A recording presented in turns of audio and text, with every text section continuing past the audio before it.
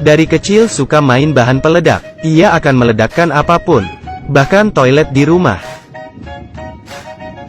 Semua barang di rumah diledak. Jika tidak ada, ia akan ke gunung untuk belajar peledak. Orang kaya ingin buang air. Kebetulan ia ada di dekat ledakan.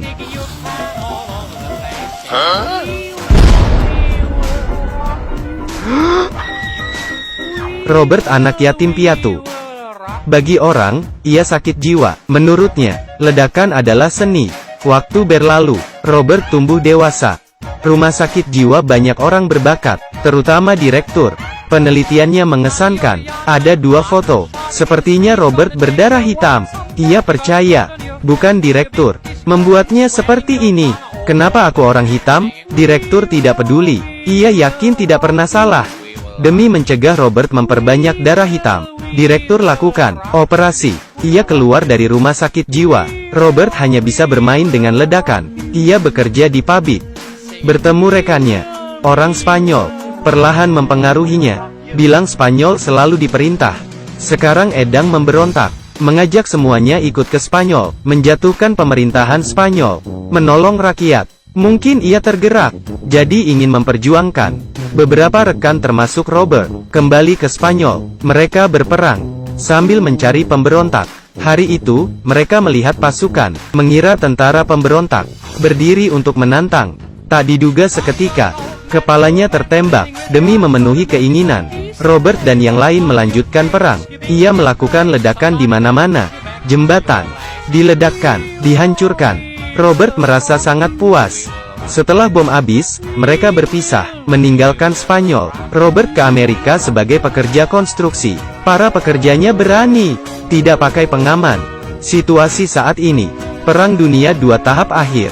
Rekannya bertanya, apa ia suka main bom? Militer Amerika ada proyek Manhattan, sedang cari orang, membuat bom terbesar di dunia. Kenapa tidak coba? Robert senang, bom terbesar di dunia. Ia ingin daftar, tapi ia tidak lulus SD, hanya bekerja sebagai pelayan, tuang teh untuk para ahli.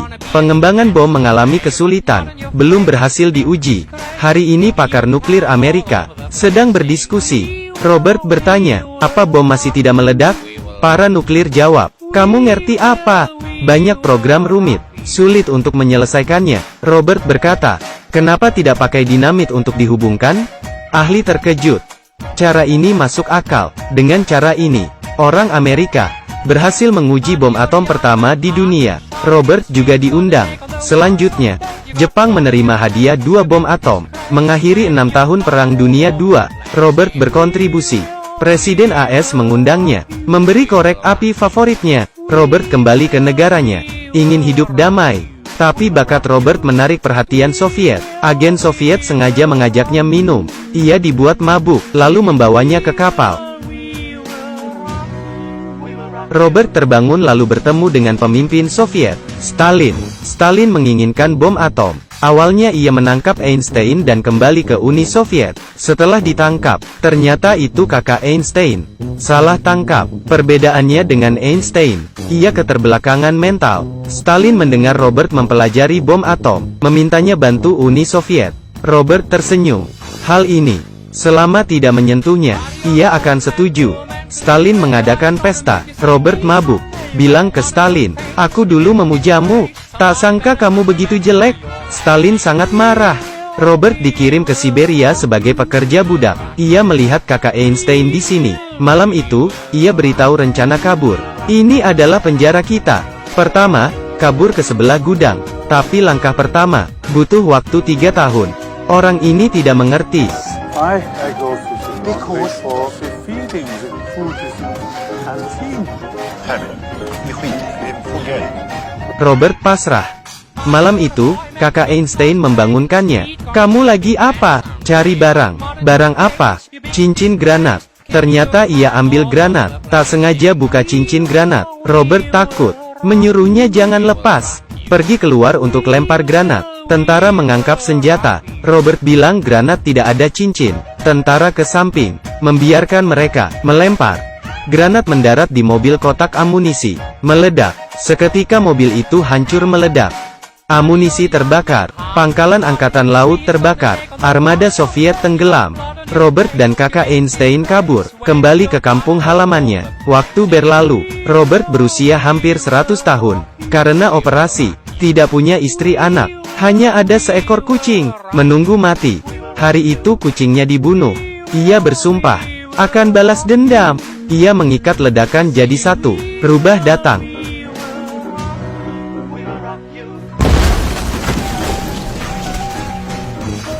Suara ledakan, balas dendam selesai. Bom ini membangkitkan gairah Robert. Ia tidak mau tunggu mati. Datang ke stasiun. Pakai semua koin. Beli tiket. Belum naik bus. Seorang pemuda kasih koper.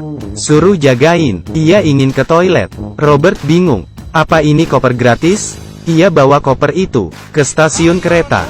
Lalu bertemu seorang pria tua. Sudah makan? Belum. Makan dulu sini. Pria tua menjamu Robert. Robert ingin ke toilet.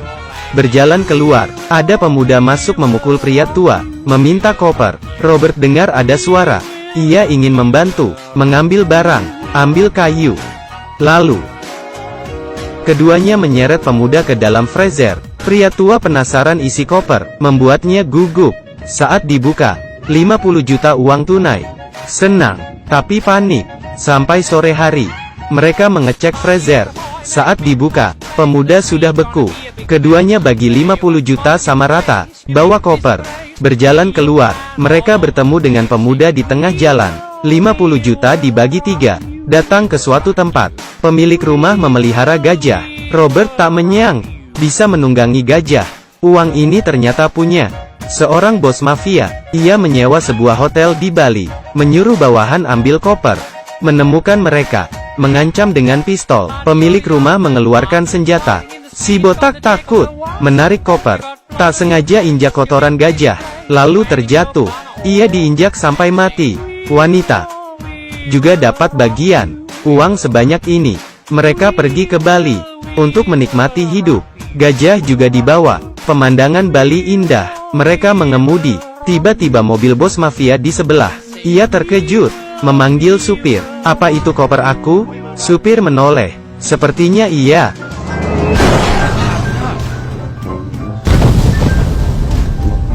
Bos mafia mati.